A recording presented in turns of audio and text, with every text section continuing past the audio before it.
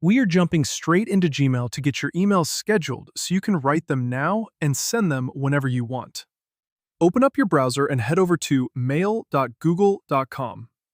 Once your inbox loads, look at the top left corner of your screen and click on the big Compose button.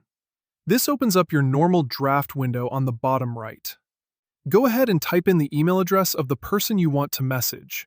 Add your subject line and write out your main message in the body field. Normally, your instinct is to immediately click that big blue Send button at the bottom of the window, but we are going to avoid that entirely. Instead of clicking Send, look directly to the right of that blue button. You will see a small downward pointing arrow right next to it. Click that arrow and a tiny menu will pop up with the words Scheduled Send. Go ahead and click on those words. Now, a small window appears in the center of your screen. Before you do anything else, look at the bottom left of this pop-up. Gmail shows you your current time zone right there. The important thing is that Gmail's scheduled times are based entirely on your current time zone, not the recipient's time zone. In my case, I am scheduling this from my local time, so if you are sending this to someone in a different country, you will need to do a quick time zone conversion in your head first so you do not accidentally wake them up in the middle of the night.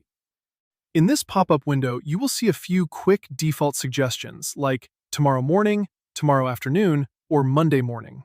If those work for you, click one and you are done. If you want a specific time, click on the option that says Pick Date and Time. This opens up a calendar grid. You can click on any date on this calendar, and then on the right side, you can manually type in the exact hour and minute you want the email to go out. Once you have set your preferred date and time, click the blue Schedule Send button at the bottom of this box. The window will disappear, and you will see a small confirmation message pop up in the bottom left of your screen telling you exactly when the email is set to send.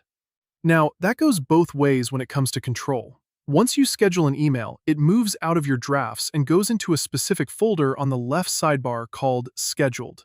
The trade-off here is that you cannot make quick edits to a scheduled email while it is waiting to go out. If you notice a typo or want to add something new, you have to manually navigate to that scheduled folder, click on the email, click Cancel Send, make your edits, and then repeat the entire scheduling process from scratch. It takes away the ability to do quick, live updates, but it keeps your inbox perfectly organized. You can schedule up to 100 emails at a time, so you can plan out your entire week of communication in one sitting. I hope you found this helpful, and I'll see you in the next one.